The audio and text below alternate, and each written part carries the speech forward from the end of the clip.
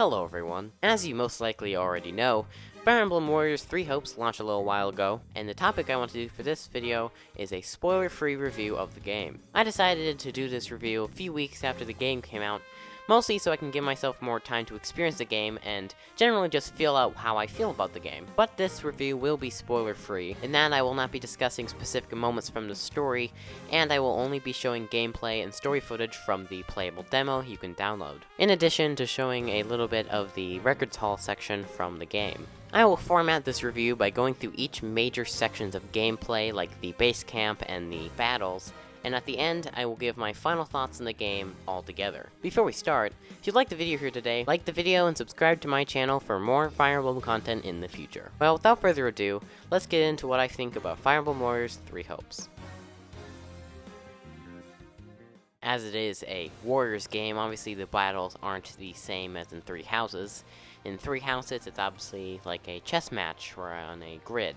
This one, you're kind of on a grid because you get to move around your allies on a grid where you get to select who they're going to fight, but at the end of the day, it still is a hack and slash game. Now, I'm not going to pretend to be an expert on the Warriors combat, as the only game I've played a little extensively is Hyrule Warriors Age of Calamity, and I didn't really like that game. Now, I'm not saying that I thought that Hyrule Warriors Age of Calamity is a bad game.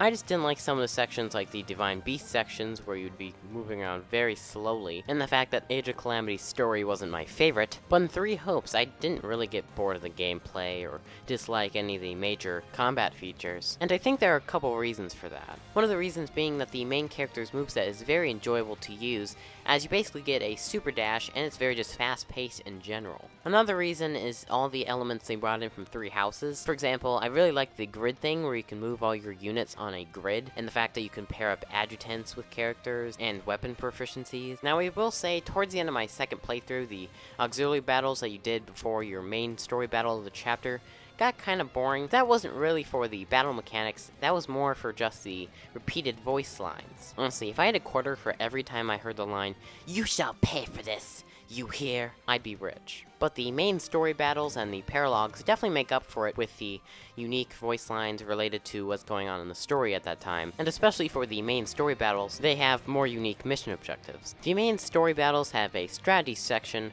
where you can select strategies, either just base strategies, recruitment strategies, or strategies you found on the map to help you win the battle easier, which is probably one of my favorite parts about Three Hopes' battles. Overall, despite it being a Warriors game, it still brings in enough elements from Three Houses to make it really enjoyable to me. Like in Three Houses, Fire Emblem Warriors 3 Hopes also has a base camp where you can run around purchasing items and talking to your allies. Obviously, because this is a spin-off game, the base camp isn't as magnificent or big as Garrag Monastery, but the improvement this base camp makes over Garrag Monastery in Three Houses makes it a very nice addition to the game. For example, fast travel is much improved here because not only are you able to teleport to the location you want to go to, you can also teleport to the specific unit you want to talk to, and the facilities. And the facilities, for the most part, are really good here. Starting off with the training instructor, I really like it here. Not only does it let you level up and reset your level, it also lets you change your class, it lets you have mock battles so you can test out your unit's moveset to see who you like, and it lets you pair up units you train together to boost their class mastery and support points. This adds up to be one of the most useful and most enjoyable facilities to use in the game. Like in Three Houses, you can cook some of your allies' meals, and you can set them up for chores, which really isn't changed that much up from Three Houses, except for one really nice detail. Now it'll show you how support points will be increased by doing a meal or doing chores. For example, doing a meal with students will increase their support points with the main character more, but a little less with the characters you invited.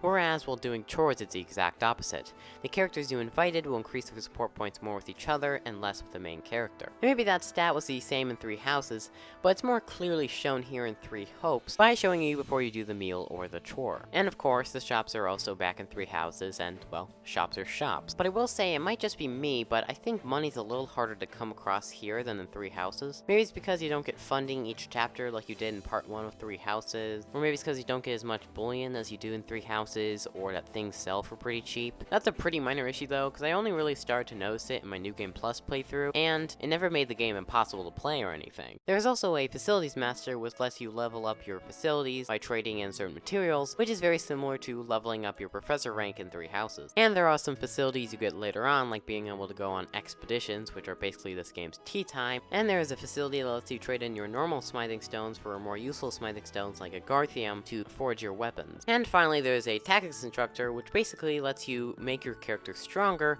without actually leveling him up.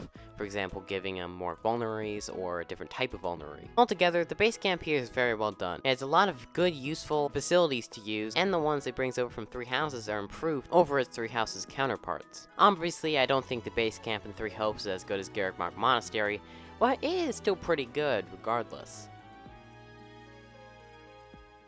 Obviously, I will not be going into specific story details here, but I will say that the story is very interesting, and that it gives a very cool look on the War of Fodlan. But if I get into any more detail than that, I'd be going into spoiler territory, and that's not really the point of this review, so I'll save that for a future video. What I will talk about, however, is the amazing character design. Of all the characters that get new designs, I honestly don't hate any of the new designs. They all look really good and cool. Not only do they look cool by themselves, they also tie in both elements from their previous time skip designs and their academy designs.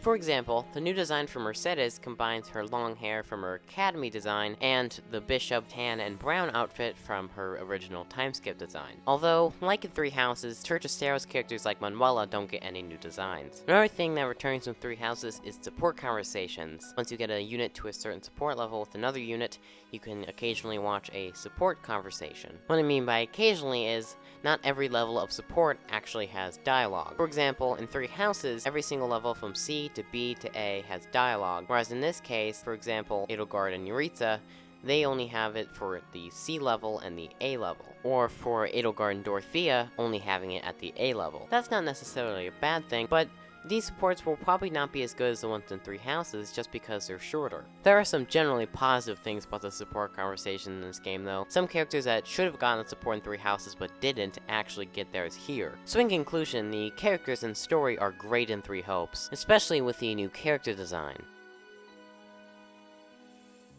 At this point in the review, I've covered most of the major aspects of 3 Hopes, but there are still some littler things that I want to cover. Similar to 3 Houses, 3 Hopes also has a Records Hall feature that lets you view some things about the game. The first feature is a unique feature that's not in 3 Houses, the ability to view your units in the main menu. I like this feature just because of how many customization options there are.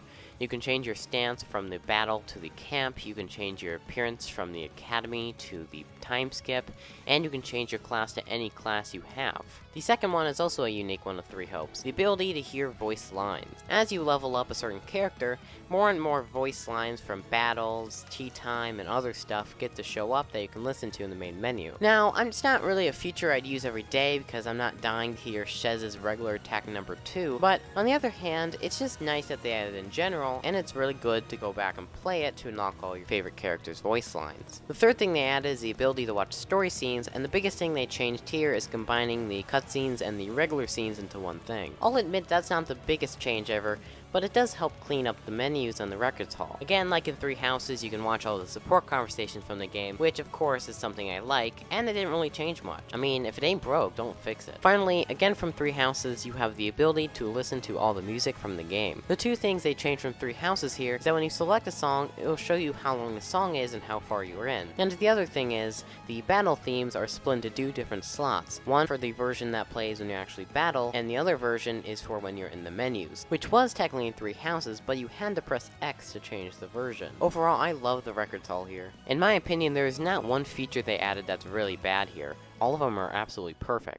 Once you beat 3 Hopes, you unlock New Game Plus, a feature that lets you keep some of the stuff from your previous playthroughs onto a new one. You can choose to keep all your character support levels with each other intact when you start a new game, which is a really nice thing because in 3 Houses, when you wanted to keep your support, you could only do it with the main character, you'd have to buy their support with Renown. Here, if you choose, you can keep all the support levels, so you don't have to worry about regaining it once you start a new playthrough. Which is really handy if the reason you're doing a new playthrough is to gain all the supports you didn't get in your first playthrough. The other thing you can do is go character by character, selecting if you want to keep their levels or not. For example, if your first playthrough you got Dorothea up to level 50, but you only got Bernadetta up to level 4, you can select to keep Dorothea's levels and not Bernadetta's. You also get an expanded renown exchange where you can buy more stuff. But if I'm being honest, the New Game Plus here is pretty decent, but it's not the best. There are some features that I would have liked, like being able to change the song you want for a specific auxiliary battle. And the layout to select New Game Plus is kind of confusing to me too. The first section is about changing if you want to keep your levels or not, but it also says carry over support levels, which has nothing to do with what you're doing. And then the next section is about choosing if you want to carry over support levels, even though it was literally said that was what you're doing in the previous section. And if that explanation of mine was kind of confusing, that's literally what it was to me too. Overall, the New Game Plus here is pretty decent, but it's definitely not on the same level as Three Houses is.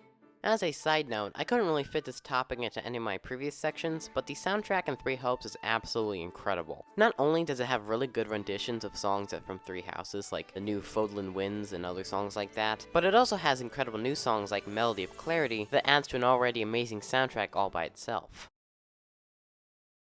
To summarize my thoughts on Three Hopes, I really like it. It is a Warriors game, so the combat's not as enjoyable as stuff from other games, especially Fire Emblem, but regardless, it's still probably my favorite Warriors I've played so far. As the original Fire Emblem Three Houses is my favorite game ever, returning to the world of Fodlan to see all my favorite characters is definitely a treat. Several aspects from Three Houses were improved in Three Hopes, like the base camp, and the story was pretty interesting as well. I'm not going to give it an X number out of 10 like a normal review would, but I feel if you're a Three Houses fan like me, or you like Warriors games, this will be a fairly enjoyable experience for you. Thanks a bunch for watching this video. I usually do ranking videos, so this kind of video is a little different for me, so I really hope you enjoyed it. I didn't want to go into spoiler territory in this video, as the game is relatively new, but my next video I will, so stay tuned. Again, thanks for watching, and I'll see you all next time.